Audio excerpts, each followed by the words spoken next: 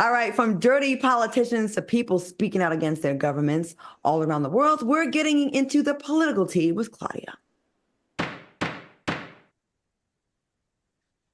All right, y'all. Arcola, Texas Mayor Fred Burton received a disturbing package at City Hall during the running for his fourth term in the mayoral election.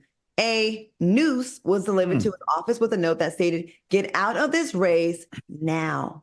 Mayor Burton told reporters, "It's very disturbing that in 2024, we are still at this point of receiving this type of mail or someone doing this type of crime." Okay, Black people, we got to stop being so distracted by what this rapper is doing and what that celebrity is doing and that reality star is doing. It is time to buckle up, get inspired from what our relatives and our ancestors did in the 40s, 50s, and 60s. They didn't sit around and gossip about celebrities. They galvanized. They got together. They realized their buying power, their spending power, their voting power. We can't just sit back, complain, and post something on social media and be angry for a day or two. We have got to make our presence felt. We are not meek and mild-mannered and quiet. We have money, y'all, and we got to hit these people in their pockets. We have got to stick together. We have got to stop being distracted by things that don't affect our lives. The fact that these white supremacists feel comfortable enough to send a mayor, a government official, a noose is unbelievable. We have got to make this a bigger deal. And for the cowards that send these notes and these nooses, we're going to get back to a time where you're going to be fearful of us and what the pushback of these things are. I think y'all got really comfortable starting with Sarah Palin. She's the one that kicked off like getting these large crowds of white people getting really bold. And then Donald Trump picked up the baton and ran across the finish line. Well, he didn't run. He waddled across the finish line with it. And it made people really feel like there was safety in numbers, like, wow, there's a lot more people that think like me. This is a temporary thing. We're going through a short-term dark ages in America again. We will get back to right. We will get on the right track again.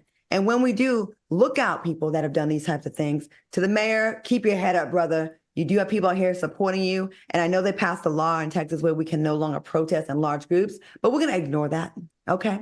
The way they ignore our civil rights. So people out there, remember, let's stop being distracted by the nonsense and let's put our attention where it really matters in situations like this. Fellas, I want to go to you. What do you think about this unfortunate situation, sending a noose to a Black mayor? Like, it's beyond disrespectful. Armand, what do you think?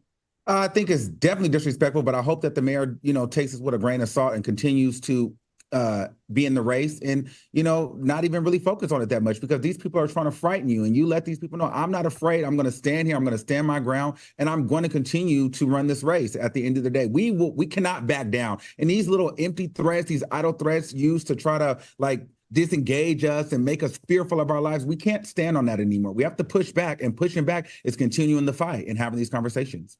And get out there and vote him back in just Absolutely. on GP, right? Al, what do you think about this? Isn't it crazy? 2024 sending nooses to mayors? Absolutely. But I think Texas is Texasing. And this is right outside of Houston, which is what's very alarming to me, because Houston has the largest population of African Americans in the state of Texas.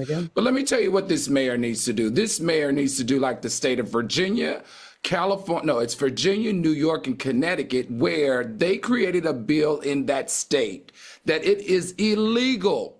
It is illegal to have a noose or to give somebody a noose in a disrespectful or in a violent manner like this. This is considered a hate crime. I think he needs to turn this lemon situation into lemonades and champion a bill for the entire state to stop this type of racial discrimination.